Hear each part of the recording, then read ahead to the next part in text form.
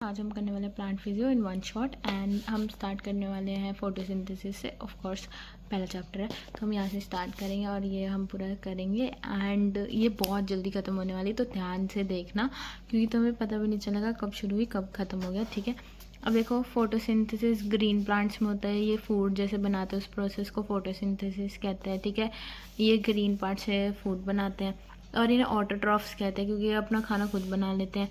Photosynthesis एक physiochemical process है। ठीक है, ये लाइट एनर्जी को ऑर्गेनिक कंपाउंड्स में कन्वर्ट करता है। ये प्राइमरी सोर्स ऑफ फूड है ऑन अर्थ, इसी प्लांट से ही सबको खाना मिलता है। ठीक है, अब देखो ग्रीन पिगमेंट होता है क्लोरोफिल, जिसके अंदर ये सब होता है। Light and CO2 are required for photosynthesis to occur. ठीक है, एक्सपेरिमेंट, अब देखो यहाँ पे आगे एक्सपेरिमेंट्स वगैरह हैं वो हम एंड में करेंगे, पहले हम बाकी ज़रूरी जो हाई वेटेज टॉपिक है वो पहले करेंगे। देखो where does photosynthesis take place, कि हाँ ग्रीन लीफ में होता है, क्लोरोप्लास्ट में होता है, ये हमने पढ़ा हुआ है। बट फोटोसिंथेसिस सिर्फ ग्रीन लीव्स में नहीं टेक प्लेस करता, वो अदर ग्रीन प्लांट्स, कुछ भी ग्रीन है ना प्लांट में, कुछ भी ग्रीन है उसमें फोटोसिंथेसिस होगा। ठीक है, अब can you name other plants, देखो कोई उसकी स्टेम हो सकती है सॉफ्ट सी। ठीक है, you would recollect from previous unit mesophyll cells, mesophyll cells होते हैं एक प्लांट में। ठीक है, have a large number of, उनमें काफ़ी सारे क्लोरोप्लास्ट होते हैं। Usually the chloroplast themselves along the walls of, देखो अगर देखो लाइट ज़्यादा है लाइट कम है तो वो ऐसे ऐसे लेटरली अरेंज हो जाएंगे ताकि उन्हें ज़्यादा लाइट मिले। बट अगर लाइट ज़्यादा है तो ऐसे परपेंडिकुलर अरेंज हो जाएंगे ताकि वो ज़्यादा लाइट, ज़्यादा हीट की वजह से उनकी फ़ोटो ऑक्सीडेशन ना हो जाए। ठीक है, मतलब वो जल जुल ना जाए। ठीक है, अब ये लिखा हुआ है। ठीक है, यू हैव स्टडीड क्लोरोप्लास्ट, देखो अब ये क्लोरोप्लास्ट का स्ट्रक्चर आ जाता है, हम देख लेते हैं। ये देखो आउटर मेम्ब्रेन होती है, इसकी इनर मेम्ब्रेन होती है। ये तुम्हें कॉइन जैसे स्ट्रक्चर दिख रहे हैं ना, ये थाइलाकॉइड है और थाइलाकॉइड का ये झुंड सा जो है ये ग्रैना है और एक थाइलाकॉइड दूसरे थाइलाकॉइड से स्ट्रोमल लैमेले के थ्रू जुड़ा होता है। ये जो मैट्रिक्स है अंदर जिसके अंदर ये सारा सामान है वो स्ट्रोमा है। ये छोटे छोटे राइबोसोम है, 70S राइबोसोम होते हैं। ये स्टार्च कैन्यूल है, ये लिपिड ड्रॉपलेट्स है तुम्हारी। ठीक है, और बस यही जो ये पिगमेंट्स वगैरह भी है वो भी हम साइंटिस्ट के साथ करेंगे, डोंट वरी। अब what is light reaction, light reaction होता है एक डार्क रिएक्शन होता है। लाइट रिएक्शन पहले यहाँ पे ये रहेगा। ठीक है, रुको, यहाँ पे देखो ये यहाँ पे दे रखा है मेम्ब्रेन होता है जो लाइट ट्रैप करता है। अब देखो लाइट आती है, ठीक है, और उससे NADPH बनता है। ठीक है, NADPH और ATP बनता है, इसे लाइट रिएक्शन कहते हैं। लाइट की प्रेजेंस में एनर्जी बना रहे। उसके बाद एक और रिएक्शन होती है जिसमें शुगर बनती है, खाना बनता है, उसको डार्क रिएक्शन बोलेंगे। ठीक है, डार्क रिएक्शन का ये मतलब नहीं है कि ये डार्कनेस में हो रही है, इसको जो लाइट का ATP और NADPH बन रहा है वो ज़रूरी है डार्क रिएक्शन के लिए। अगर ये नहीं बनेगा तो डार्क रिएक्शन नहीं हो सकती। डार्क रिएक्शन लाइट रिएक्शन पर डिपेंडेंट है। अब देखो हम LHC पे आ जाता है, लाइट हार्वेस्टिंग कॉम्प्लेक्स वगैरह। ठीक है, अब ये देखो ये लाइट रिएक्शन और the photochemical place include light absorption, water oxygen release and chemical intermediates ATP। देखो यहाँ पे बस बेसिकली लाइट रिएक्शन में एनर्जी रिलीज़ होती है तुम्हारी, लाइट वगैरह लेके पानी वगैरह तोड़ तोड़ के। ठीक है, अब यहाँ पे काफ़ी प्रोटीन कॉम्प्लेक्सेस होते हैं। अब देखो बहुत सारे पिगमेंट्स होंगे लाइक तुम्हारे, और वो ना एक रिएक्शन सेंटर होता है जिसे तुम बोलोगे क्लोरोफिल A का एक मॉलिक्यूल होता है, वो तुम्हारा रिएक्शन सेंटर होता है, एंटीना होता है बेसिकली। अब लाइट आएगी, लाइट ये जो बाकी पिगमेंट्स है ना क्लोरोफिल B, ज़ैंथोफिल वगैरह जो भी आलतू फालतू पिगमेंट्स होते हैं वो ऑब्जॉर्ब कर लेते हैं और क्लोरोफिल A को दे देते हैं। अब इतने सारे फालतू लाइट हार्वेस्टिंग कॉम्प्लेक्स क्यों है, ताकि फोटो ऑक्सीडेशन ना हो, वो से सड़ ना जाए कलर क्लोरोफिल है। ठीक है, अब देखो दो तरीके के फोटो सिस्टम होते हैं, फोटो सिस्टम 1 फोटो सिस्टम 2। अब फोटो सिस्टम 2 है जो सेकेंड आया है, फोटो सिस्टम 1 फर्स्ट आया तो उसके 700 मार्क्स आएंगे, इसके 680 मार्क्स आएंगे। फोटो सिस्टम 1 मतलब वो खुश खुश रहेगा, ये फोटो सिस्टम 2 रोने लग जाएगा, मतलब वाटर स्प्लिटिंग कॉम्प्लेक्स होगा इधर। ये फोटो सिस्टम 1 को साइकिल मिलेगी क्योंकि ये फर्स्ट है, तो ये साइक्लिक और ये नॉन साइक्लिक। ठीक है, ऐसे मैंने तुम्हें फटाक से समझा दिया क्या होता है। ये क्लोरोफिल A है वो एंटीना की तरह एक्ट करता है, ये सारा वो अब्जॉर्ब कर लेता है, ये सारे इसको भेजते हैं और ये सारा ले लेता है। ठीक है, इसे रिएक्शन सेंटर भी कहते हैं। और देखो PS1 की पीक है P700 और PS2 की पीक है P680। अब हम इलेक्ट्रॉन ट्रांसपोर्ट पे आ जाते हैं। ठीक है, अब देखो रिएक्शन सेंटर क्लोरोफिल ए है absorb wavelength of red light causing electron, ये रेड लाइट की वेवलेंथ को अब्जॉर्ब करता है और ठीक है बेसिकली इलेक्ट्रॉन ट्रांसफ़र होता है इसमें। और लाइट रिएक्शन में इलेक्ट्रॉन ट्रांसपोर्ट कैसे होता है, एक नॉन साइक्लिक फॉस्फोराइलेशन होता है, एक साइक्लिक होते हैं। मैं यहाँ से करा रही फिर हम एनसीईआरटी से करें।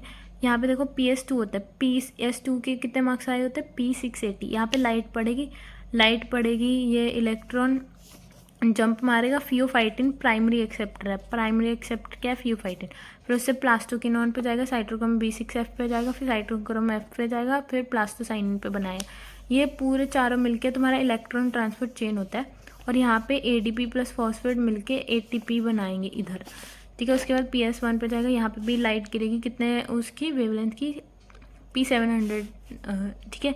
अब यहाँ पे 2 इलेक्ट्रॉन जंप हुए, FeS के पास जाए, फिर फेरोडॉक्सिन के पास जाए और उसने यहाँ पे हाइड्रोजन से NADPH2 बना दिया, ठीक है। अब यहाँ पे देखो इलेक्ट्रॉन जा रहे हैं तो इसके पास वापस थोड़ी है ला रहे इलेक्ट्रॉन, तो इतने इलेक्ट्रॉन लाएगा कहाँ से, वाटर की स्प्लिटिंग करके इलेक्ट्रॉन निकलते हैं यहाँ, ठीक है। उसके बाद साइक्लिक आ जाते हैं। साइक्लिक करने से पहले हम ये नॉन साइक्लिक जो क्या है उसका देख लेते हैं एनसीईआरटी में क्या ये देखो यहाँ पे दिया साइटोक्रोम वगैरह होते हैं, तो जो मैंने बता दिया कि साइटोक्रोम B6F होता है और साइटोक्रोम F होता है, ठीक है। अब ऑक्सीडेशन रिडॉक्स वगैरह होती है, ठीक है। बास ऑन द पिगमेंट्स देखो, रेड लाइट ऑफ वेवलेंथ 700 मिलती है, उसको दूसरा मिलता है। अब देखो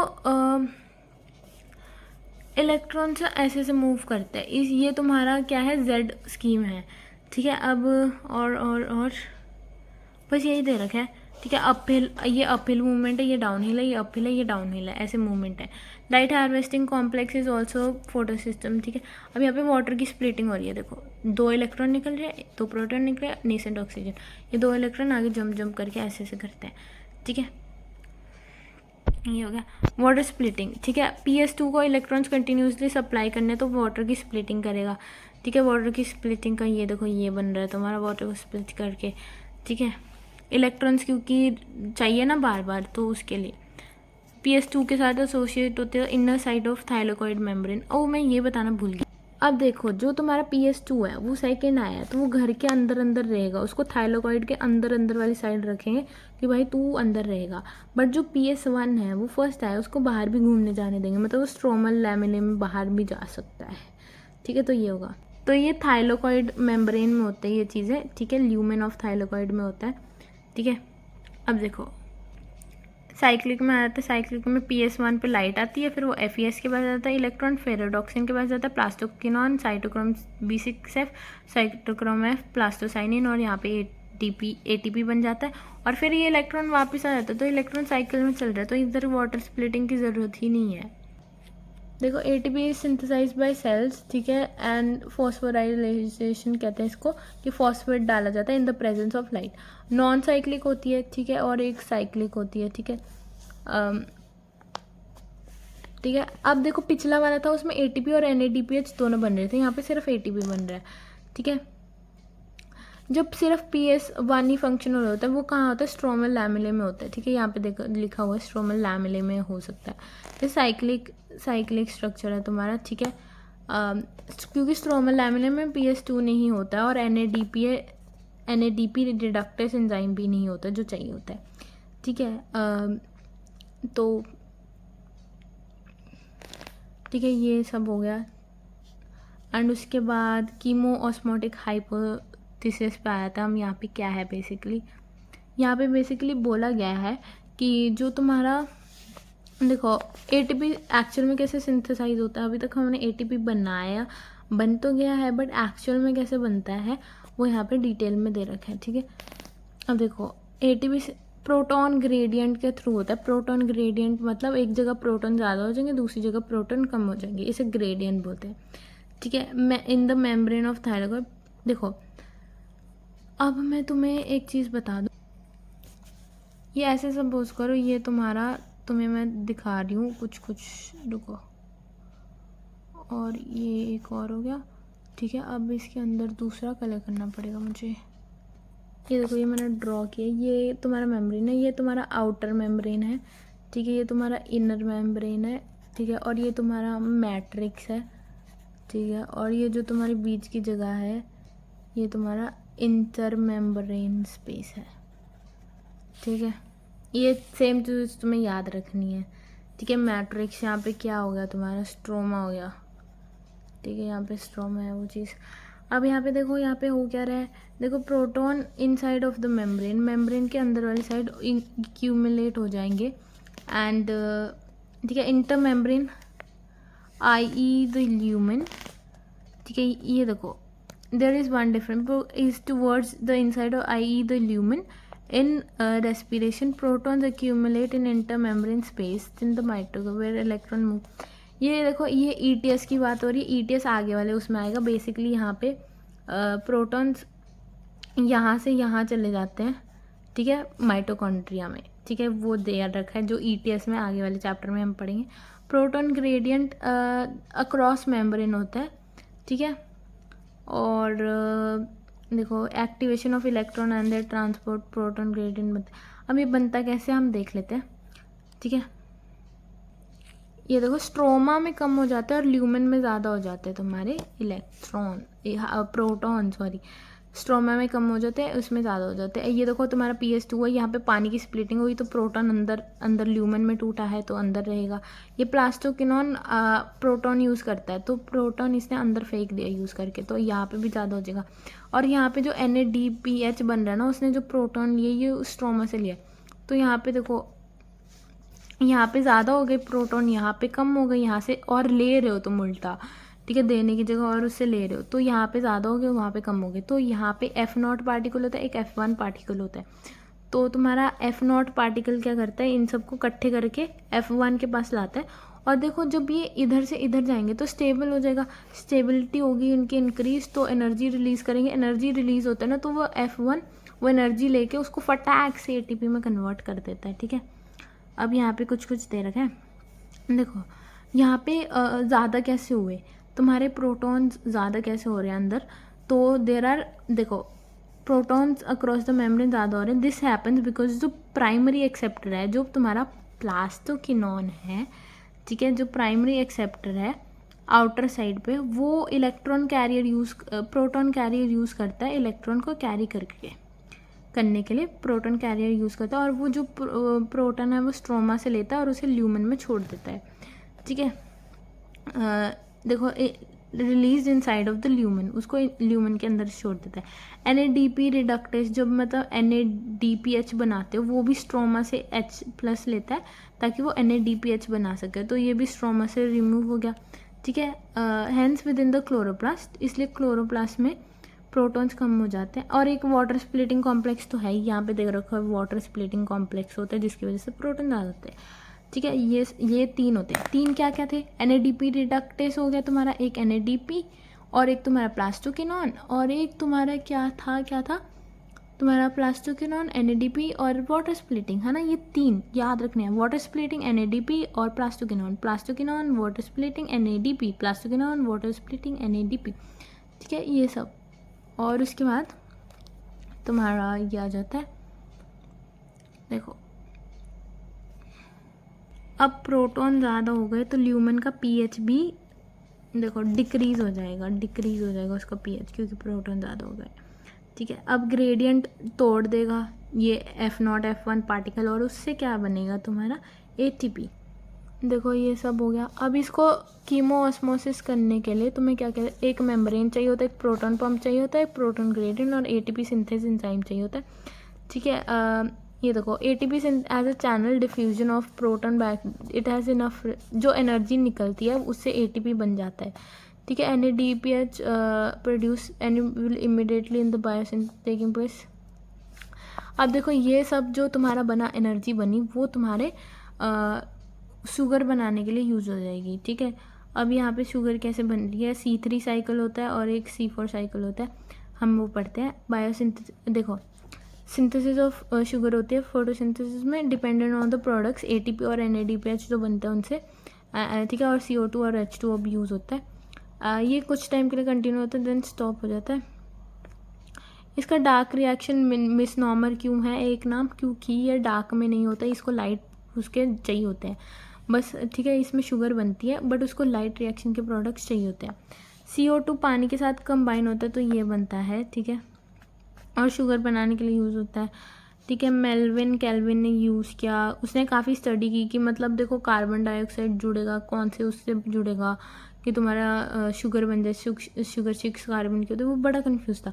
फिर उसने देखा कि 6 कार्बन का वो नहीं बनता, 3 कार्बन के वो बन जाते हैं फॉस्फोग्लिसरिक एसिड, ठीक है। यहाँ पे बेसिकली वो दे रखा है। और दूसरा C4 पाथवे भी होता है एक, जो दूसरे प्लांट्स में होता है, ठीक है। उसमें पहला प्रोडक्ट ऑक्सैलोएसिटिक एसिड बनता है, ठीक है, और जिसमें 3 कार्बन वाला बन रहा है जो कि है तुम्हारा 3 फॉस्फोग्लिसरिक एसिड, उसे C3 पाथवे बोलेंगे। और जिसमें 4 कार्बन वाला यानी ऑक्सैलोएसिटिक एसिड बन रहा है पहला प्रोडक्ट, उसे C4 पाथवे बोलेंगे। अभी तुम्हें समझ नहीं आएगा, मैं समझाती हूँ।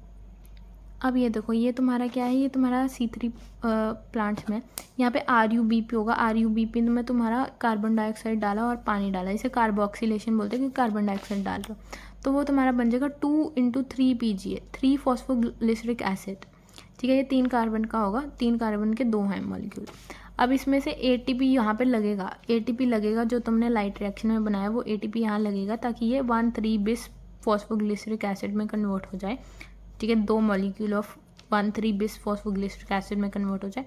अब यहाँ पे NADPH2 भी खर्च होगा तुम्हारा, और ठीक है, NADPH2 भी खर्च होगा तुम्हारा, इसको रिडक्शन बोलते हैं, ठीक है।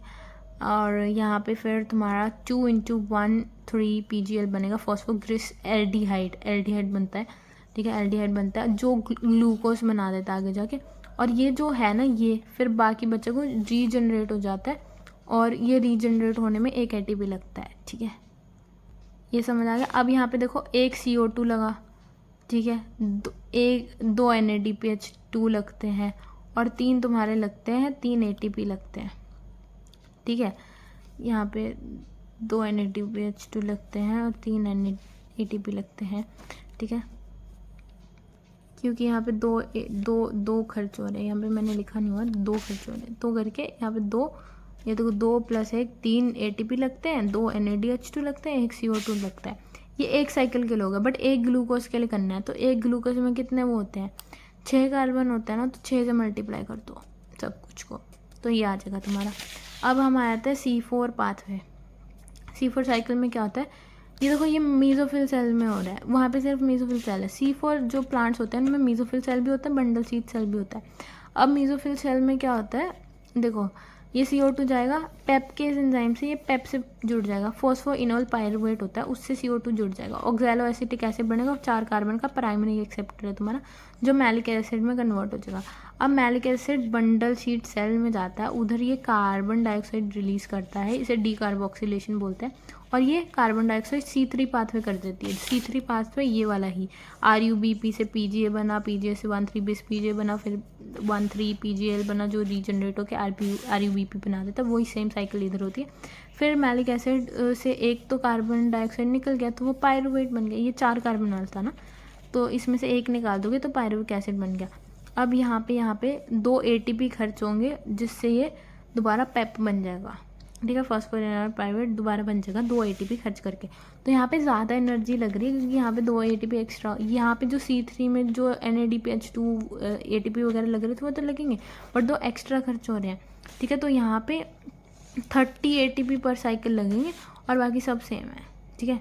एक ग्लूकोज पे 30 ATP लगेंगे, 2 एक्स्ट्रा ATP पर साइकिल है, तो एक ग्लूकोज पे 30 ATP लगेंगे, क्योंकि देखो पहले के तो 3 ATP थे, 2 और ऐड कर दिए, 5 ATP हो गए, और 6 बारी करना है, 6 × 5 30 ATP हो गए तुम्हारे, ठीक है ना। अब NCERT पे नज़र मारे तो तुम्हें फटाक से समझ आ जाएगा। Let us now ask the sign, देखो PGA, देखो RUP भी 5 कार्बन की शुगर है, इसमें तुमने डाला वो CO2। अब देखो तो C3 मतलब 3 कार्बन वाला प्रोडक्ट बन कैसे रहा है, अगर तुम 5 कार्बन वाले में एक और कार्बन डालो तो 6 कार्बन वाला बनना चाहिए ना। तो फिर उन्होंने फाइंड आउट किया कि दो बन रहे हैं, 3 वाले 2 बन रहे हैं, तो 6 कार्बन वाले 6 कार्बन की मैथ्स समझ आ गई उन्हें बेसिकली। अब देखो ये साइक्लिक होता है, कैल्विन साइकिल, जो RUBP है ना वो दोबारा रीजनरेट होता है ताकि वो दोबारा करता रहे। इसमें 3 वो होते हैं, कार्बोक्सिलेशन होगा, रिडक्शन होगा, फिर रीजनरेशन होगा। कार्बोक्सिलेशन में जो CO2 है वो RUBP के साथ जुड़ जाता है। अब RUBP क्या होता है? कार्बोक्सिलेज ऑक्सीजनेस एंजाइम होता है, इसे रुबिस्को बोलते हैं। अब ये कार्बन डाइऑक्साइड के साथ भी रिएक्ट कर सकता है, ऑक्सीजन के साथ भी रिएक्ट कर सकता है, बट इसकी ज़्यादा एफिनिटी किसकी तरफ है? मतलब ये ज़्यादातर कार्बन डाइऑक्साइड से ही रिएक्ट करेगा, बट अगर कार्बन डाइऑक्साइड बहुत कम है एयर में तो ये ऑक्सीजन से भी रिएक्ट कर जाएगा इन C3 पाथवे। ये C3 का डिसएडवांटेज है, ठीक है। और ये देखो RUBP में तुम्हारा कार्बन डाइऑक्साइड गया जिससे 3PGA बन गया तुम्हारा, ये कार्बोक्सिलेशन रिएक्शन है, ठीक है। उसके बाद क्या हुआ? यहाँ पे तुमने ATP डाले 2 मॉलिक्यूल और 2 NADPH डाले, ठीक है। और उसके बाद तुम्हारा जो यहाँ देखो, यहाँ से समझ नहीं आएगा, यहाँ पे तुमने ATP और NADPH डाले और तुम्हारा वो प्रोडक्ट बन गया जिससे तुम आगे जाके ग्लूकोज बना लेते, जो मैंने अभी कराया। इसी से देखो भाई तुम लोग, ठीक है। यहाँ पे ATP लगे, दो NADPH2 लगे, जो 3PGL वाला प्रोडक्ट ना वो ग्लूकोज बना देता है, इसको रिडक्शन कहते हैं। रीजनरेशन क्या होता है? 1,3-PGL दोबारा ATP यूज़ करके तुम्हारा बना देता है RUBP, ठीक है। ये लिखा हुआ है यहाँ पे ये वाला दे रखा है, इसमें कोई डिटेलिंग नहीं है। देखो कार्बोक्सिलेशन वगैरह दे रखी है, इससे क्वेश्चन सॉल्व नहीं होते, जो जहाँ से होते थे मैंने करा दिया। एक पे बनता है तुम्हारा 3, देखो एक CO2 मॉलिक्यूल के लिए 3 ATP लगते हैं, 2 NADPH2 लगते हैं। अगर ग्लूकोज को 6 टर्न्स लगती हैं साइकिल की, तो 6 से मल्टीप्लाई कर देंगे और तुम्हारा ये आ जाएगा तुम्हारा कैलकुलेशन, ये बैलेंस शीट हो गई तुम्हारी, ठीक है। उसके बाद तुम आ जाते हो द C4 पाथवे, ठीक है। ये C4 पाथवे आ जाता है। ये C4 क्यों है? क्योंकि इसका प्राइमरी एक्सेप्टर ऑक्सैलोएसिटिक एसिड है, ठीक है। अब यहाँ पे C3 प्लांट से डिफरेंट है क्योंकि ये स्पेशल है, इनकी लीफ एनाटॉमी अलग है, ठीक है। ये हायर टेम्परेचर में होते हैं, ठीक है, और लाइट की बड़ी बड़ी इंटेंसिटी को वो कर लेते हैं, और ये फोटो रेस्पिरेशन नहीं करते हैं, और इनकी ग्रेटर प्रोडक्टिविटी होती है। क्यों? क्योंकि वहाँ पे रुबिस्को था, वहाँ पे RUBP था, वो क्या करता था? ऑक्सीजन के साथ रिएक्ट हो रहा है, वेस्ट हो रहा है सारा सामान, ठीक है। ऑक्सीजन के साथ रिएक्ट होकर वेस्ट कर रहा है सामान। यहाँ पे क्या ऑन द अदर हैंड, यहाँ पे देखो, यहाँ पे ये CO2 के साथ ही रिएक्ट हो सकता है, ऑक्सीजन को आने ही नहीं देंगे अंदर। यहाँ पे मैलिक एसिड ये प्रोड्यूस कर रहा है, देखो ये मैलिक एसिड प्रोड्यूस कर रहा है, यही जाएगा अंदर, और कुछ ऑक्सीजन को जाने ही नहीं दे रहा वो अंदर, ठीक है। अब यहाँ पे क्या होता है? इनकी अलग होती है क्योंकि यहाँ पे क्रांस एनाटॉमी होती है। ये देखो वास्कुलर बंडल, उसके आसपास ऐसे ऐसे सेल है, ठीक है। अब ये देखो, ये तुम्हारा वो हो गया, ठीक है। ये रीथ स्ट्रक्चर बनाता है, ठीक है। बहुत सारे बंडल शीट सेल्स होते हैं, ठीक है, जो लेयर बना लेते हैं वास्कुलर बंडल के अराउंड, ठीक है। और इसमें लार्ज नंबर ऑफ क्लोरोप्लास्ट होते हैं, थिक वॉल्स होती है, एंड गैसियस एक्सचेंज नहीं होता। इसमें गैस नहीं आ पा रही है, तब यहाँ पे फोटो रेस्पिरेशन नहीं हो रही है। क्यों? क्योंकि यहाँ गैस ही नहीं आ पा रही है। इसने कार्बन डाइऑक्साइड रिलीज़ किया, यहाँ पे ऑक्सीजन नहीं आ पा रहा है क्योंकि यहाँ पे गैस ही नहीं आ पाती है बंडल शीट सेल्स में, क्योंकि यहाँ पे इंटरसेलुलर स्पेसिस ही नहीं है, ठीक है। C4 प्लांट्स के एग्जाम्पल मास से याद रख सकते हो, मेज, अरमांथस, शुगर केन, सॉर्गम, इससे याद रख सकते हो, ठीक है। बंडल शीट सेल्स होते हैं वास्कुलर बंडल के अराउंड, ठीक है। ये C4 प्लांट को आइडेंटिफाई करने में हेल्प करते हैं। इसे हैच एंड स्लैग पाथवे भी बोलते हैं। इसमें पहला CO2 का वो जो है वो पेप है, फॉस्फोइनोल पायरुवेट, ठीक है। पेप कार्बोक्सिलेज की प्रेजेंस में होता है, ठीक है। और जो तुम्हारा पहला प्रोडक्ट बनता है, पहला प्रोडक्ट वो ऑक्सैलोएसिटिक एसिड है, ठीक है। एक एक्सेप्टर होता है, एक होता है प्रोडक्ट बनना। प्रोडक्ट क्या है? ऑक्सैलोएसिटिक एसिड, ठीक है, जो आगे फिर मैलिक एसिड या अस्पार्टिक एसिड बनाता है, जो फिर जाके कार्बन डाइऑक्साइड रिलीज़ कर देता है, जो C3 साइकिल ही करती है, और उससे पायरुविक एसिड रिलीज़ होता है, जो रीजनरेट होकर तुम्हारा क्या बना लेता है? दोबारा पेप बना लेता है, ठीक है। बेसिकली यही है। यहाँ पे अर्गन विविड सा वो दे रखे हैं, यहाँ पे नेम नहीं दे रखे कि OA है, ये मैलिक एसिड है, मैंने तुम्हें वो दे दिया। अब इसके बीच में प्लाज्मोडेस्माटा होती है, जिससे मैलिक एसिड वगैरह ऊपर नीचे चल जाते हैं, ठीक है। अब हम आगे आ जाते हैं,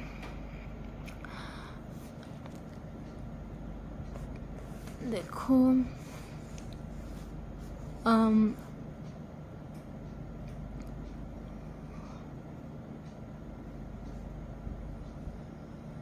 कैल्विन पाथवे होता है, वो हर मीजोफिल सेल में होता है। बट इन C4 प्लांट्स वो बंडल शीट में होता है, मतलब C3 पाथवे जो है वो बंडल शीट में हो रहा है जो C4 प्लांट है उसमें। फोटो रेस्पिरेशन क्या होता है, मतलब बेसिकली ऑक्सीजन के साथ रिएक्शन कर दिया उसने और उसकी फ़ोटो रेस्पिरेशन होगी। ये वेस्टफुल ही होता है, ये बस फोटो ऑक्सीडेशन से मतलब प्लांट को सड़ने मरने से बचा लेता है, बस इसका यही फ़ायदा होता है। ठीक है, यहाँ पे क्या हो रहा है, ये देखो RUB रुबिस्को CO2 से ज़्यादा प्यार करता है, बट ऑक्सीजन आ जाएगा वो उसको भी ले लेगा। मान लो तुम्हें पसंद है बटर चिकन, बट घर पे आज बना है घिया, तुम्हें बहुत भूख लगी है, तुम घिया भी खा लोगे, बट अगर दोनों सब्जी पड़ी है तुम्हारा सबसे ज़्यादा प्यार बटर चिकन से है तो तुम पहले वो खाओगे। तो ये सेम इसका है, अगर CO2 है तो वो CO2 लेगा, बट CO2 की कमी है तो ऑक्सीजन को चक के ले लेगा वो। ठीक है, अब यहाँ पे देखो, यहाँ पे O2 को जब ले लेते हैं ना तो वो फॉस्फोग्लिसरेट एंड फॉस्फोग्लाइकोलेट बनाता है, 2 कार्बन का प्रोडक्ट होता है, 2 कार्बन का, ये याद रख लेना, फॉस्फोग्लिसरेट एंड फॉस्फोग्लाइकोलेट बनाता है। इसे फोटो रेस्पिरेशन कहते हैं। यहाँ पे ना शुगर बन रही है ना कुछ हो रहा है। ठीक है, और मतलब ATP भी खर्च हो रहा है तुम्हारा। ठीक है, और ये CO2 रिलीज़ करता है, कार्बन डाइऑक्साइड हवा में छोड़ रहा है और ATP भी ले जा रहा है, शुगर भी नहीं बना रहा, कुछ काम का ही नहीं है ये प्रोसेस। बस इसका एक फ़ायदा है कि फोटो ऑक्सीडेशन नहीं होने देता, प्लांट को मरने नहीं देता। ठीक है, एंजाइम C4 फ्रॉम द, देखो C4 जो होता है ना, जो तुम्हारा ये C4 प्लांट्स होता है उसमें नहीं होता ये फोटो रेस्पिरेशन, ये सिर्फ C3 में होता है, क्योंकि वहाँ पे मैलिक एसिड बन गया ना, वो ही कार्बन डाइऑक्साइड रिलीज़ कर रहा है, हम एयर से नहीं ले रहे हैं। देखो बस 2 पेजेस रह गए और तुम्हारा ये चैप्टर आधे घंटे में ख़त्म भी हो गया। अब ये देख लो सेल टाइप, देखो जो C3 प्लांट होते हैं जिनमें कैल्विन साइकिल कहाँ होती है, मीजोफिल में होती है, C4 में बंडल शीट सेल्स में होती है। यहाँ पे देखो कार्बोक्सिलेशन कहाँ होती है, C3 प्लांट में, मीजोफिल सेल्स में, इधर भी मीजोफिल सेल्स में। ठीक है, CO2 के C3 प्लांट्स के पास सिर्फ मीजोफिल सेल्स ही होते हैं। इसके पास 2 तरीके के होते हैं, मीजोफिल सेल भी होते हैं, बंडल शीट सेल भी होते हैं। इसका primary CO2 acceptor C3 plant में RUBP है, इधर PEP है।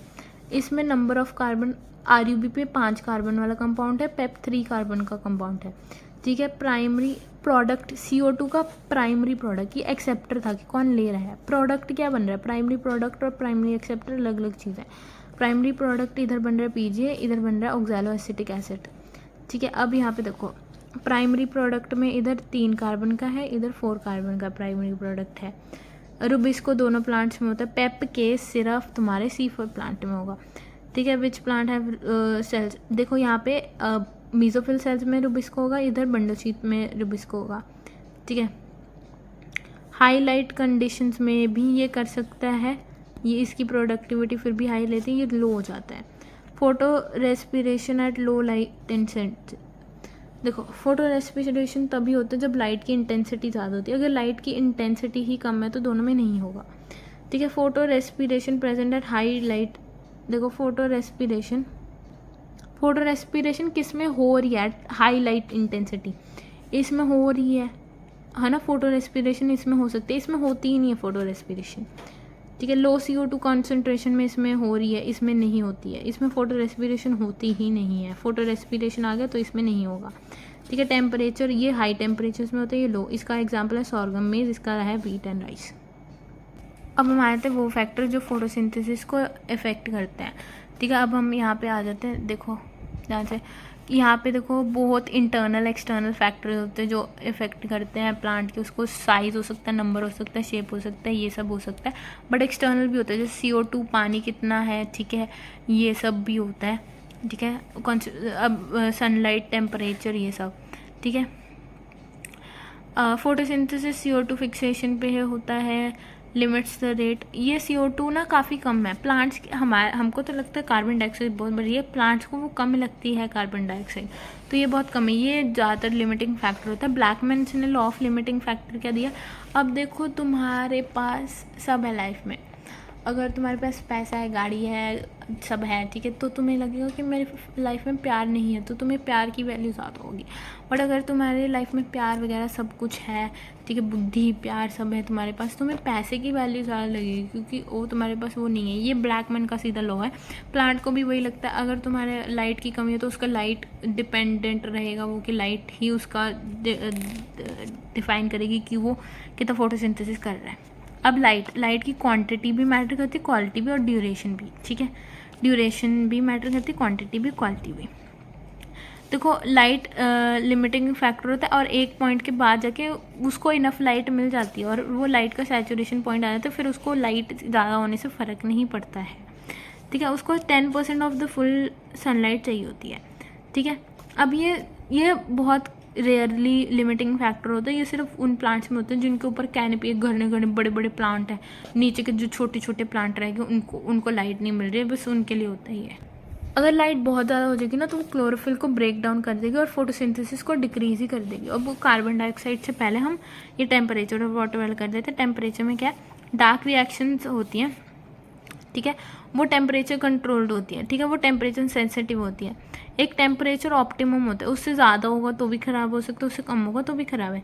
वाटर तो डिपेंड नहीं करता, बट वाटर ना लीव्स को विल्ट करा देता है, लीव्स ख़राब कर देता है, स्टोमेटा क्लोज कर देता है। ये सब हरकतें होती हैं वाटर की वजह से जो फोटोसिंथेसिस को ख़राब कर देता है, ठीक है। उसके बाद कार्बन डाइऑक्साइड में आ जाते हैं, ये मेजर लिमिटिंग फैक्टर है, ठीक है। कार्बन डाइऑक्साइड एटमॉस्फेयर में काफ़ी कम है और प्लांट्स को बहुत उससे ज़्यादा चाहिए होती है, ठीक है। अब अगर उससे ज़्यादा लेकिन हो गई ना तो हर किसी के लिए डैमेजिंग हो सकता है, ठीक है, बाकी ऑर्गेनिजम्स के लिए डैमेजिंग हो सकता है, ठीक है।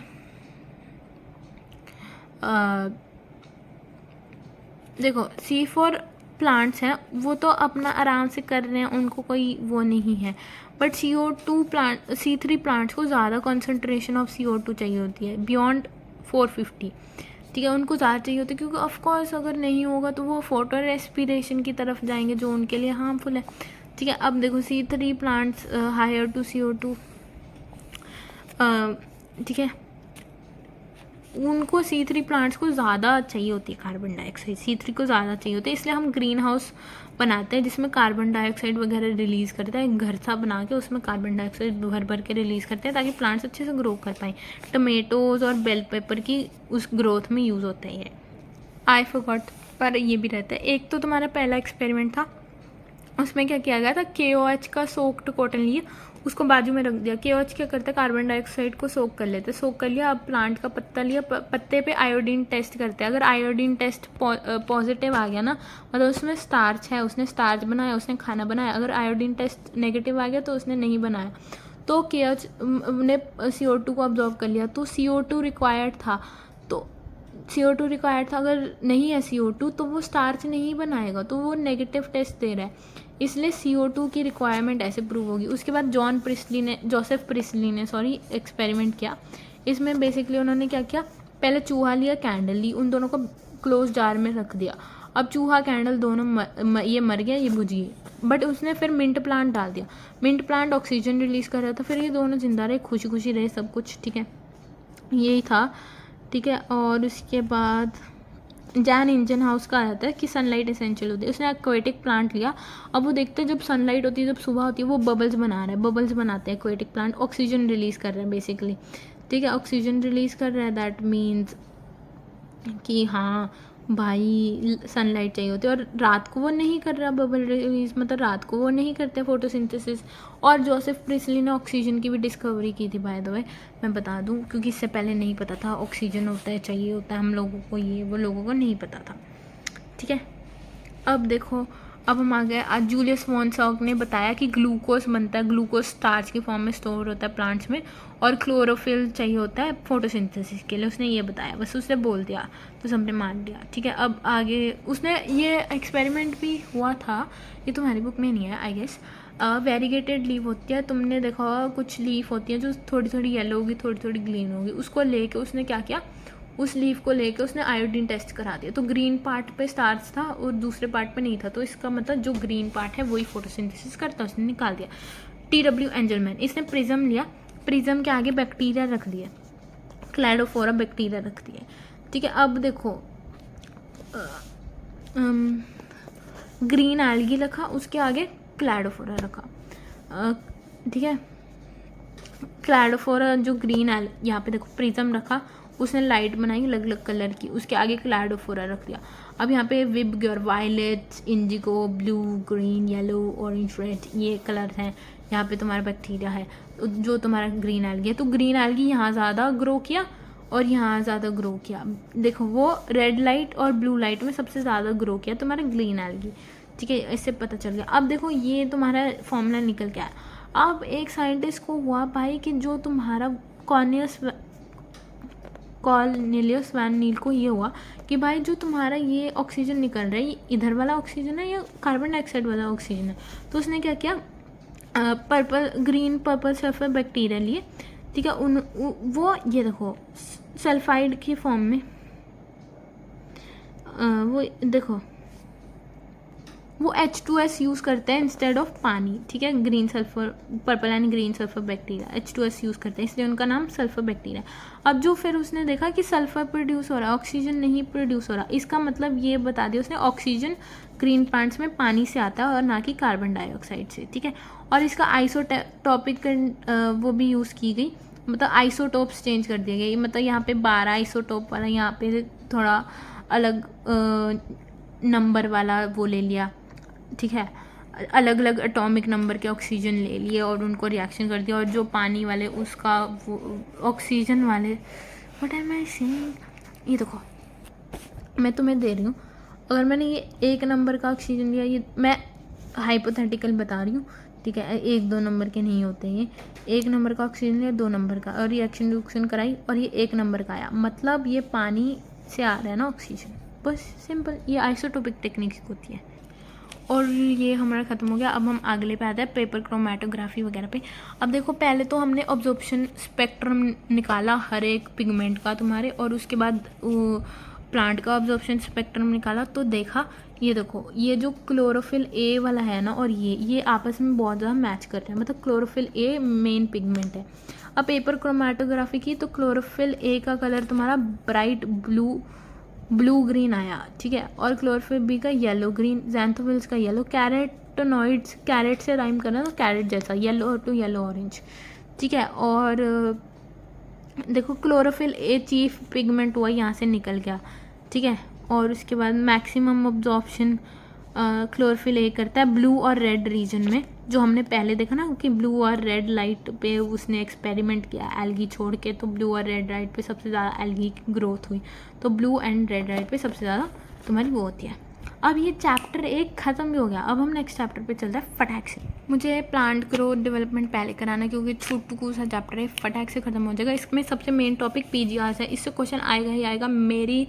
मैं अपनी जान की कसम दे देती हूँ तुम्हें, इस पर क्वेश्चन आएगा ही आएगा, गारंटीड। तो let's start from here. Plant growth regulator PGRs होते हैं, ठीक है। इनकी डिफरेंट केमिकल कॉम्पोजिशन होती है। पहले जैसे तुम्हारा ये आ गया, ठीक है, जैसे इंडोल का कंपाउंड्स हो सकते हैं, एडेनिन डेरिवेटिव्स हो सकते हैं कुछ, ठीक है। कुछ कैरेटोनॉइड से डिराइव हो सकते हैं, कुछ टर्पीन से, कुछ गैसेस से। अब इथाइलिन जो है वो गैस से बना होता है। साइटोकाइनिन तुम्हारा एडेनिन से, एब्सिसिक एसिड कैरेटोनॉइड से, और जिब्रेलिन टर्पीन से, ठीक है। ये याद रख लेना, इथाइलिन, गैसियस, साइटोकाइनिन, एडेनिन।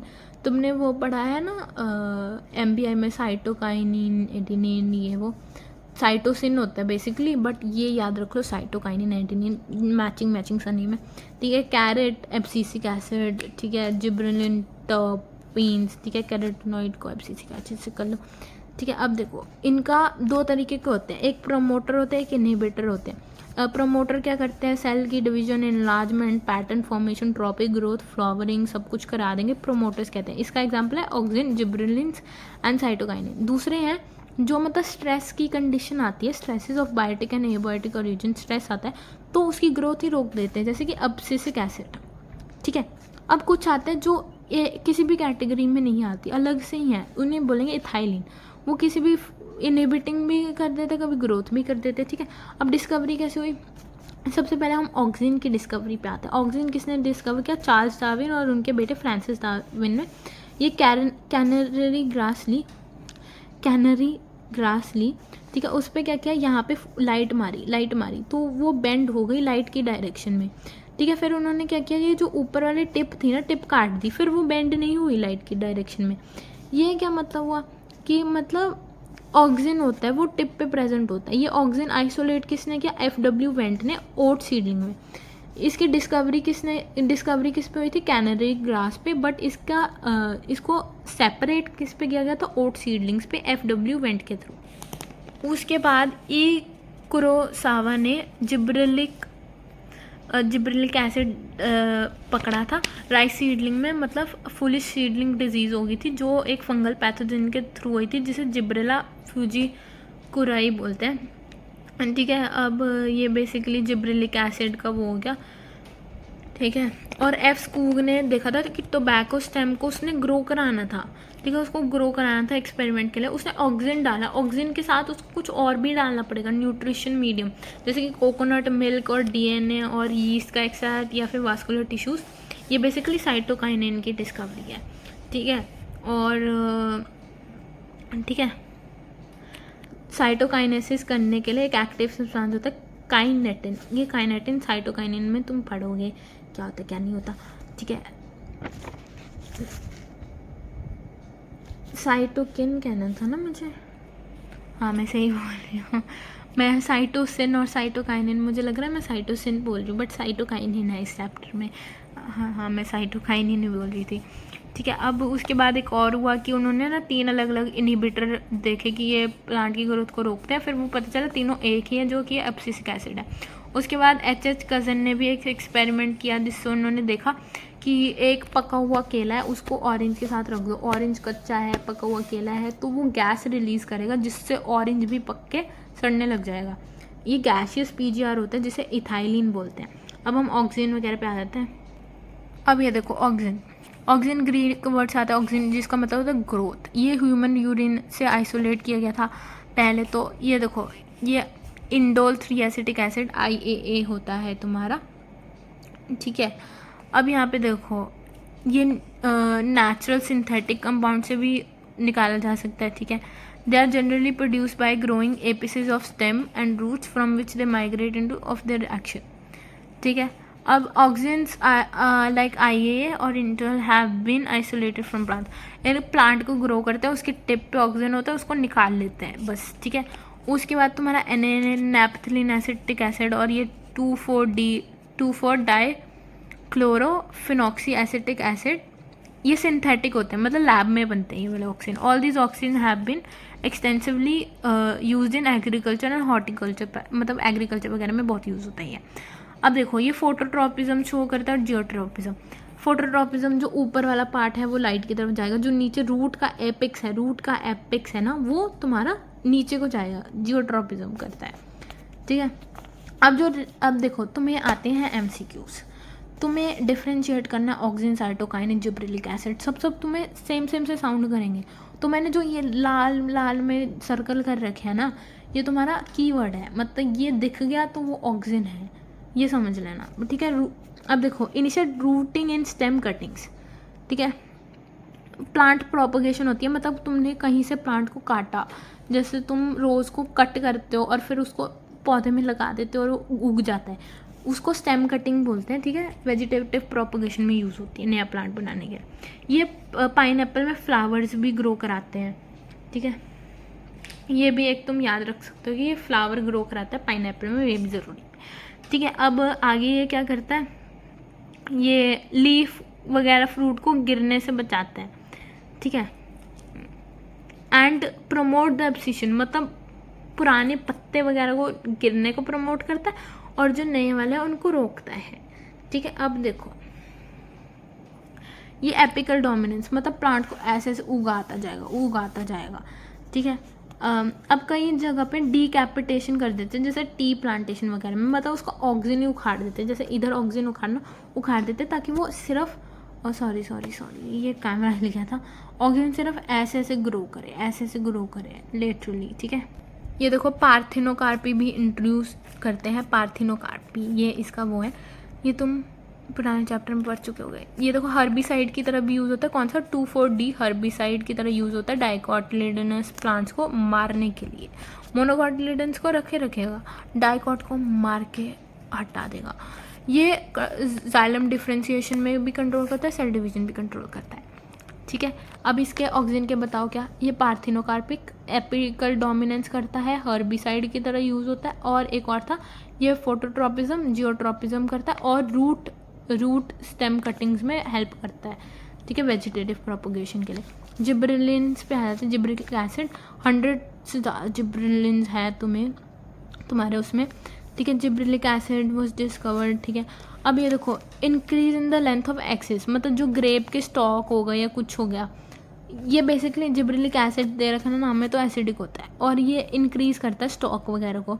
ठीक है, एप्पल को भी इनलॉन्गेट कर देता है, शेप दे देता है, डिले सेनेसेंस मतलब झड़ना लीफ का वगैरह, उसको डिले कर देता है और उसको लॉन्गर रख देता है ताकि उनका मार्केट पीरियड बढ़ जाए। Speed up malting process in brewing industry, जो ब्रूइंग मतलब अल्कोहल वगैरह की इंडस्ट्री होती है ना, उसमें जो धीरे धीरे टाइम लगता है उसको स्पीड अप कर देती है माल्टिंग प्रोसेस को। ठीक है, शुगर केन को अगर शुगर पेन पे स्प्रे करो ना तो उसकी यील्ड 20 टन पर एकड़ बढ़ जाती है, बहुत बढ़ जाती है। ठीक है, ये प्रमोट्स बॉल्टिंग। बॉल्टिंग क्या होता है,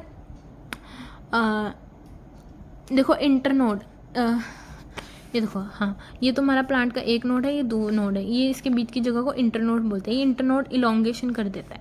ठीक है, इंटरनोड इलोंगेशन कर देता है रोजेट प्लांट्स में, इसे बोलते हैं बॉल्टिंग करना। ठीक है, तो इसके क्या क्या हो गए देखो, लेंथ बढ़ा देगा, बॉल्टिंग करता है ब्रूइंग इंडस्ट्री में, और ये बॉल्टिंग प्रमोट करता है रोजेट प्लांट्स में। साइटोकाइनिन पे आ जाते हैं।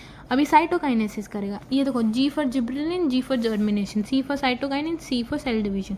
सेल डिवीजन करेगा, साइटोकाइनेसिस करेगा। ये देखो ये 2 तरीके से निकाल सकते हैं, या तो जियाटिन से या काइनेटिन से। काइनेटिन क्या होता है, ये ना एक फिश होती है हेयरिंग करके, उसका स्पर्म का डीएनए निकाल के ना उसको ऑटोक्लेव करके ये यूज़ होता है।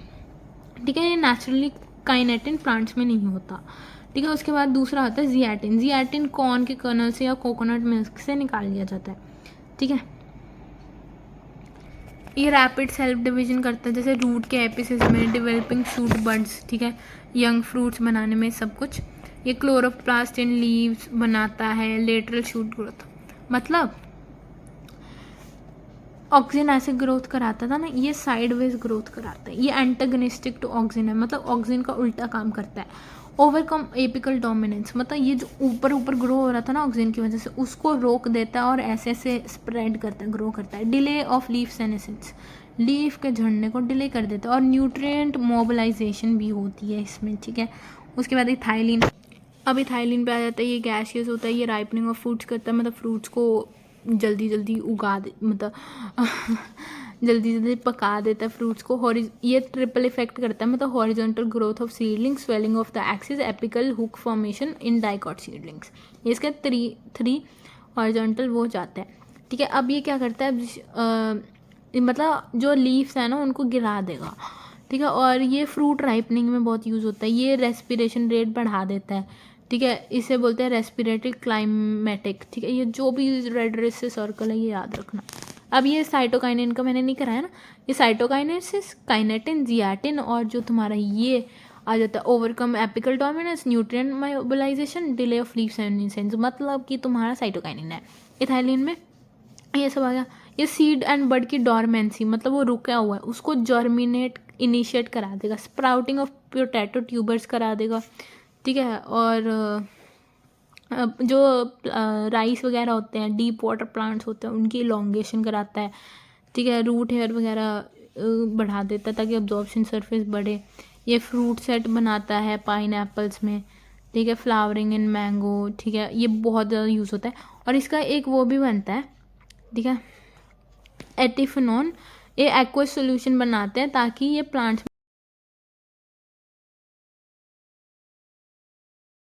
बेसिकली लाइक किसी में इंजेक्शन डाल दिया, किसी फ्रूट में कहते हैं नहीं पकाने के लिए जल्दी इसमें इंजेक्शन डाल देते हैं, ये वो एटिफिनॉन ही होता है बेसिकली। ये देखो thinning of cotton, cherry, walnut, इन सबको वो कर देता है। और क्यूकम्बर में फीमेल फ्लावर्स की ग्रोथ, एब्सिसिक एसिड मतलब मार देगा, सीड जर्मिनेशन को रोक देगा। ये क्यों करता है ये हरकतें, ताकि मतलब अगर कंडीशंस फेवरेबल नहीं है प्लांट का वो ना हो। ये स्ट्रेस हार्मोन होता है जब कंडीशंस वो होती हैं, बुरी कंडीशंस होती हैं। ये जिब्रेलिक एसिड का उल्टा, जिब्रेलिक एसिड जर्मिनेशन कराता था, ये उल्टा है, ठीक है।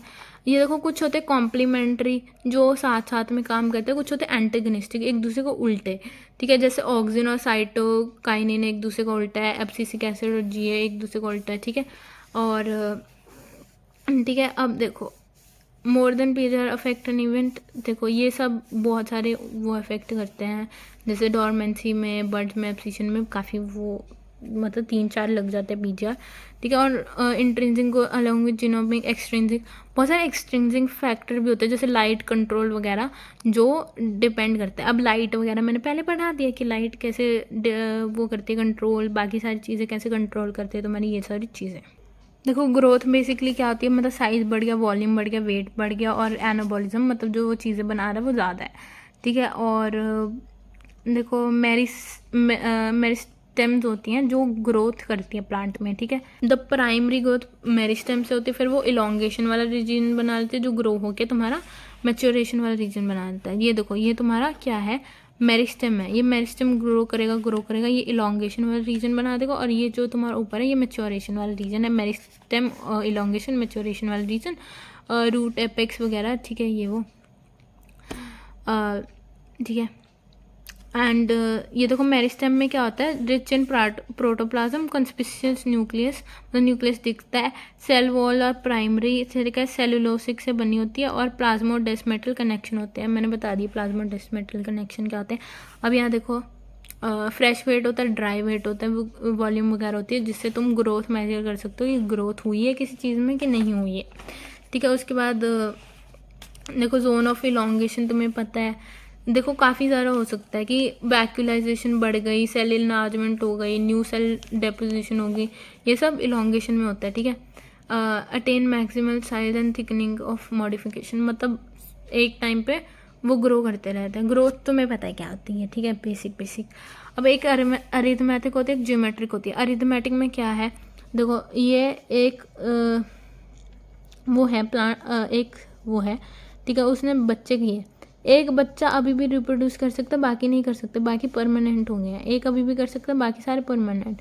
वो एक के सहारे ही जनरेशन चल रही है, बाकी बच्चों ने गिव अप ही कर दिया है। ज्योमेट्रिक में सब लगे हुए हैं, सब रिप्रोड्यूस करने लगे हुए हैं, सब आगे आगे जनरेशन बना रहे हैं। अब जाइगोट जो ह्यूमन जाइगोट होता है वो स्टार्टिंग में ज्योमेट्रिक ग्रोथ करता है, फिर एंड में उसकी अरिथमेटिक हो जाती है, मतलब कुछ डिवाइड करते कुछ नहीं करते। देखो इन अरिथमेटिक ग्रोथ ये तुम्हारा वो होता है फॉर्मेट, ठीक है।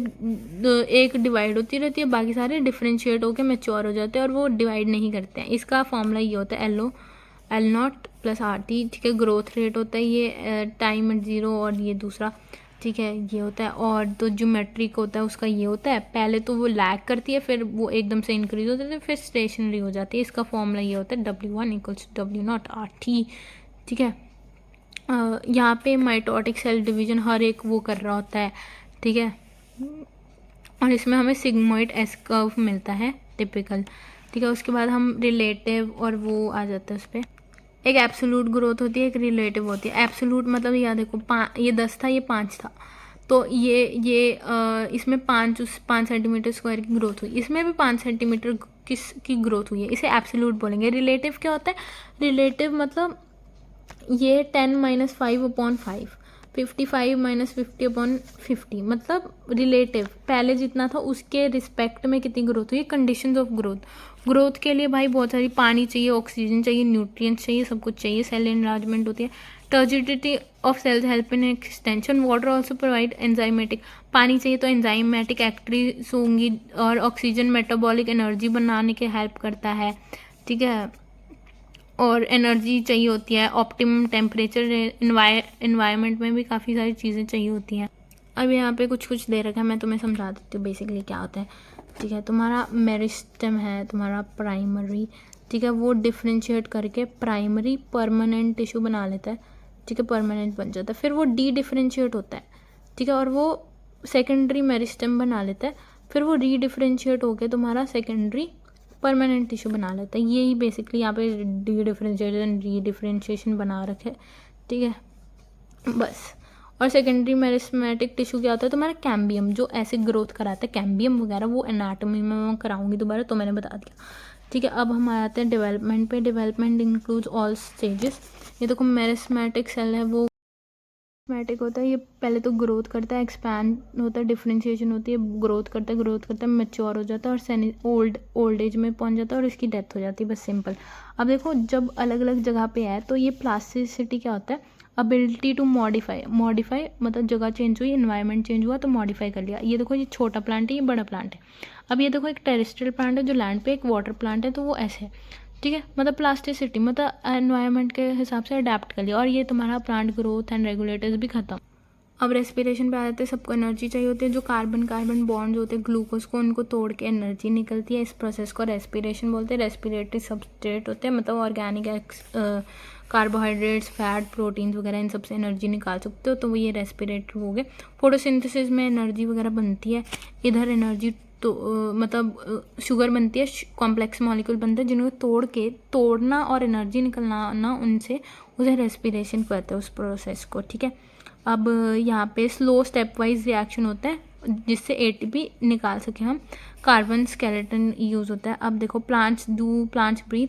अब प्लांट्स के पास, लीफ के पास टोमेटो होता है, बाकी उसके पास लेंटिसेल्स होते हैं। हमें ऑक्सीजन चाहिए होता है रेस्पिरेशन के लिए। अब तुम कहते हो प्लांट ऑक्सीजन ले रहा है, हाँ रेस्पिरेशन के लिए ले रहा है, जितना वो दे रहा है ना, मान लो अगर वो 10 दे रहा है तो उसमें से 3 उसने रेस्पिरेशन के लिए खुद के लिए रख लिए, बाकी 7 बाकी लोगों के लिए, ये ले लो तुम, ठीक है। अब ठीक है, अब ये तुम्हारा आगे लेंटिसेल्स होते हैं उसके स्टेम में डिफ्यूज़ करने के लिए, ठीक है। प्लांट को इतना डिफ्यूज़ नहीं करना पड़ता, इसलिए उसमें कोई ऐसे लंग वगैरह ऑर्गन नहीं होते, ठीक है। और ये देखो अब यहाँ पे ऑक्सीजन डलेगा, एनर्जी, कार्बन डाइऑक्साइड, पानी वगैरह निकलेगा, ठीक है।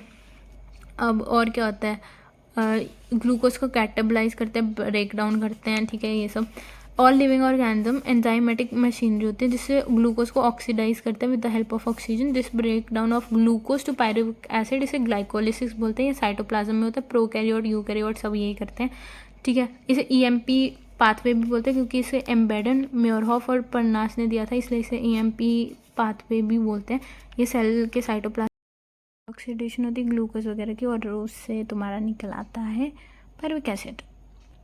यहाँ पे देखो ग्लूकोज है, ग्लूकोज में एटीपी चलेगा, वो ग्लूकोज 6 फॉस्फेट बन जाएगा जिसका आइसोमेरेज करके फ्रक्टोज 6 फॉस्फेट, जिसमें एक और एटीपी डलेगा, फ्रक्टोज 1,6 फॉस्फेट, जो 2 कंपाउंड्स बनाएगा, पीजीएल और डाईहैप। और अब ये डाईहैप है ना, वो पीजीएल में ही कन्वर्ट हो जाएगा।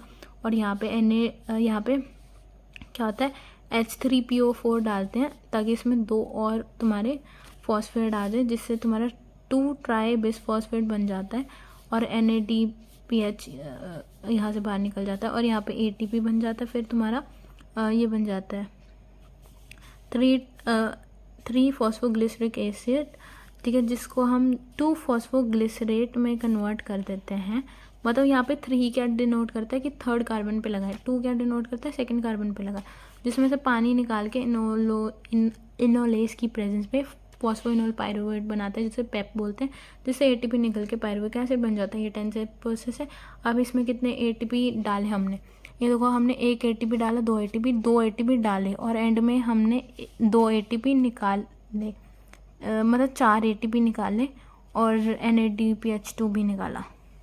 ये देखो 2 एटीपी का लॉस हुआ, 4 एटीपी गेन हुए, 2 NADH भी गेन हुए, तो नेट गेन इतना हुआ, क्योंकि 4 में से 2 तो यूज़ हो गए, ठीक है।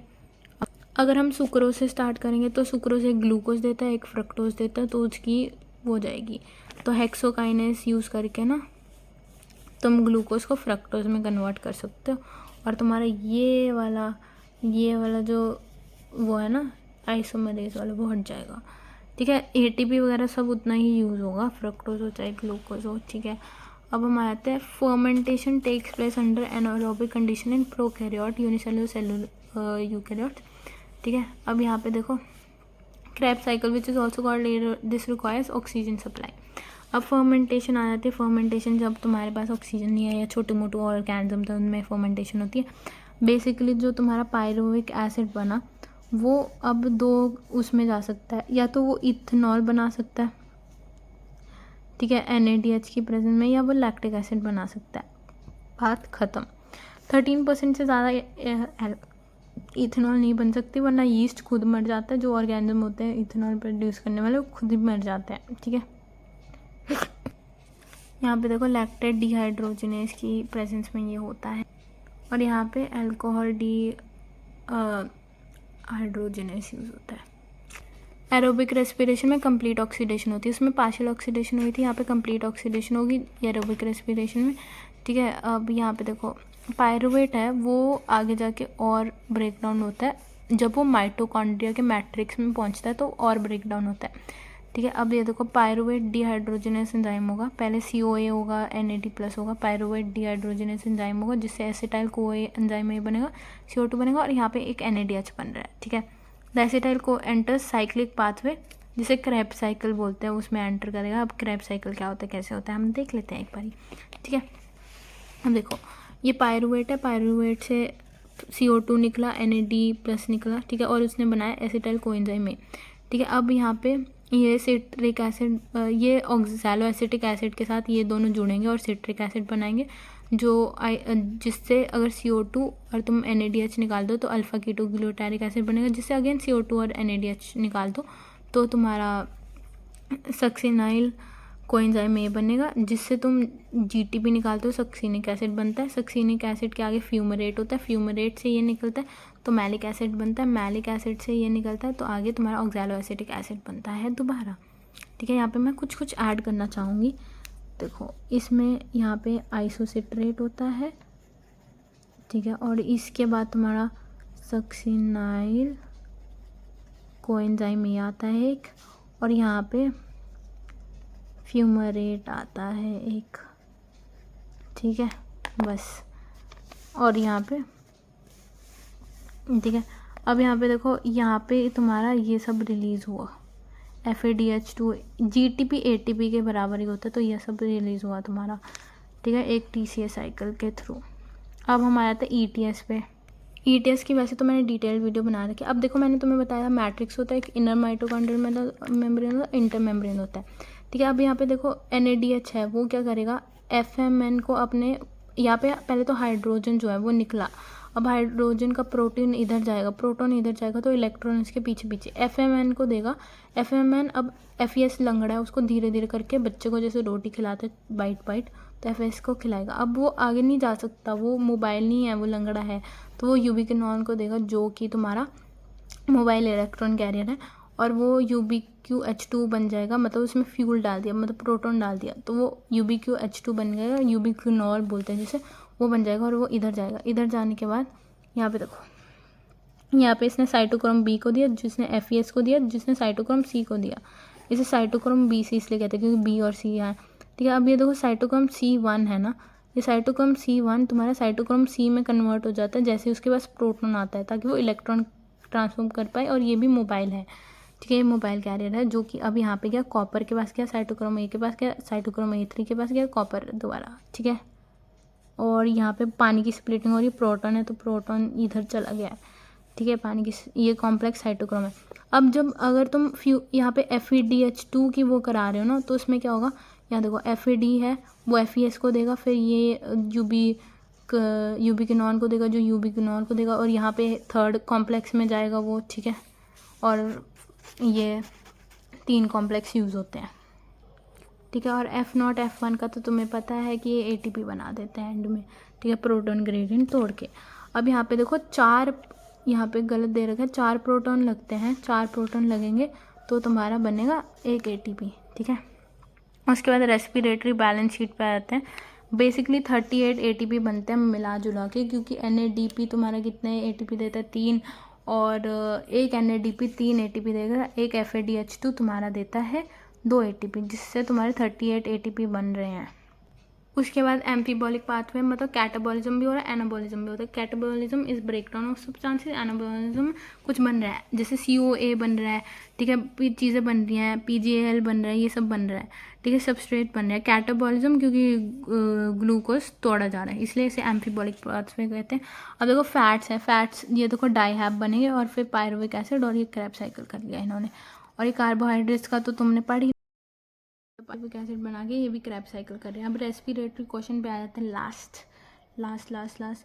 अब रेस्पिरेशन क्वेश्चन देखो, CO2 कितना निकला और O2 कितना कंज्यूम हुआ उस पर। कार्बोहाइड्रेट्स का 1 होता है रेस्पिरेटरी क्वेश्चन। देखो फैट्स का <<1 होता है, जैसे फैटी एसिड, ट्राइपाल्मेंटेन, इनका कम होता है। ऑर्गेनिक एसिड्स का ज़्यादा होता है, ठीक है, ऑर्गेनिक एसिड का ज़्यादा होता है। और प्रोटीन्स वगैरह होता है उनका 0.9 0.2 ऐसे छोटे सा बहुत 1 के बहुत पास होता है, ठीक है, बस यही था। सक्यूलेंट प्लांट होता है उनका नाइट में 0 होता है, डे में 1 होता है। ये तुम्हारा पूरा प्लांट फिजियो हमने कर लिया है ख़त्म। पूरी ऑर्गेनिक का भी लेक्चर डालूंगी। बहुत मोस्ट इंपॉर्टेंट टॉपिक्स जो होते हैं ना, मोस्ट इंपॉर्टेंट टॉपिक जो फिजिक्स, केमिस्ट्री, बायो, जितने के भी इंपॉर्टेंट टॉपिक है सबसे ज़्यादा, उनका भी एक वीडियो डालूंगी। और तुम्हारा कंप्लीट बॉटनी का भी एक वीडियो डालूंगी। तो डू सब्सक्राइब और फटाक से ज्वाइन कर लो, क्योंकि तुम्हारे पास टाइम नहीं है और मैं तुम्हारे टाइम की बहुत वैल्यू करती हूँ। एंड मैं तुम्हें फटाक से सब करा दूँगी, और जो तुम्हें इंपॉर्टेंट टॉपिक्स चाहिए ना एग्ज़ाम के लिए वो बता दूँगी मैं। क्योंकि तुमने अभी देखो, जो तुम्हारा हाई वेटेज, जो सबसे ज़्यादा हाई वेटेज चैप्टर है उसमें भी कोई ऐसा टॉपिक निकल आएगा जिसे क्वेश्चन ही नहीं आता, और जो लो वेटेज है उसमें से भी ऐसा टॉपिक निकल आएगा जिसे भर के क्वेश्चन आते हैं। तो मोस्ट इंपॉर्टेंट टॉपिक्स करना बहुत ज़रूरी है, जो मैं कराने वाली हूँ आगे जल्दी ही। तो डू सब्सक्राइब।